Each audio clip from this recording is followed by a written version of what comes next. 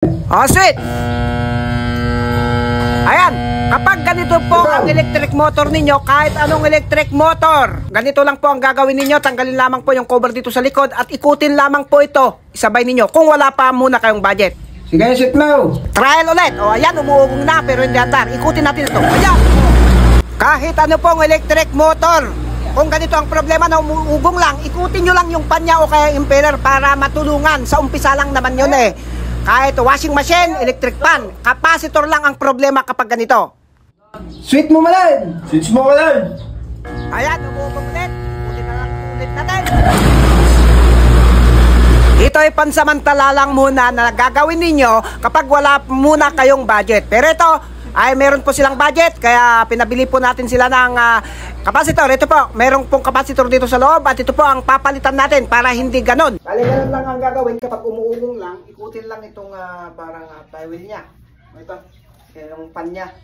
Dito po nakapwesto yung capacitor. Ito ang papalitan kapag ganong umuugong lang kahit anong electric motor. At ito, kakalasin na po natin. Bali, dalawang wire lamang po ang nakakabit dito. Pabilisan lamang po, yung mga importante lamang po ang ipapakita natin dito para po hindi po aabutin ng 1 oras ang ating video. Bali, ito po yung example kapag bibili kayo. At ito na po yung binili nila. Ayan, basta magkaparehong kapasitor. At ito na po, ikakabit na po natin. Kahit po kayo na mismo ang magkabit dito kasi wala pong delikado dito. Hindi na kayo na kailangan gamitan pa ng tester. Dahil baliktaran po ito. Kahit magkabali-baliktad yan, yung dalawang wire niyan galing sa kapasitor. Yung iba kasi tinatakot pa yung mga nagtatanong delikado daw. Ano? Masusunog daw yung buong motor kung mali ang pagkabit. Malaking gastos daw. Anong malaking gastos? Kung ituro mo ba naman ng tama, walang problema. Dadalawang wire lang yan, kapasitor. Kahit magkabaliktaran yan, walang masusunog.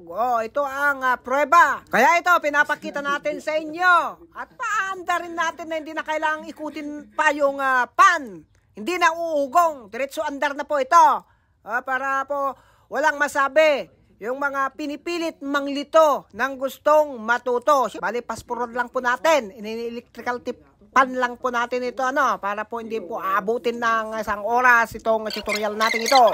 Bali ganito lang kasimple ang ginawa natin dito basta po umuugong na electric motor. Ito lang po, capacitor lamang po ang papalitan. At ito na, switch na! Diba? Ganun lang kasimple. Minsan pa. Dep sa presyo. Sige pa. Woy. Bali, yan lamang po ang munting kaalaman na na-share natin sa inyo at marami pa po tayong gagawin mga videos na tutorial dahil isa pa po tayong automotive electrician, tubero at mekaniko. Sumahin niya. Okay.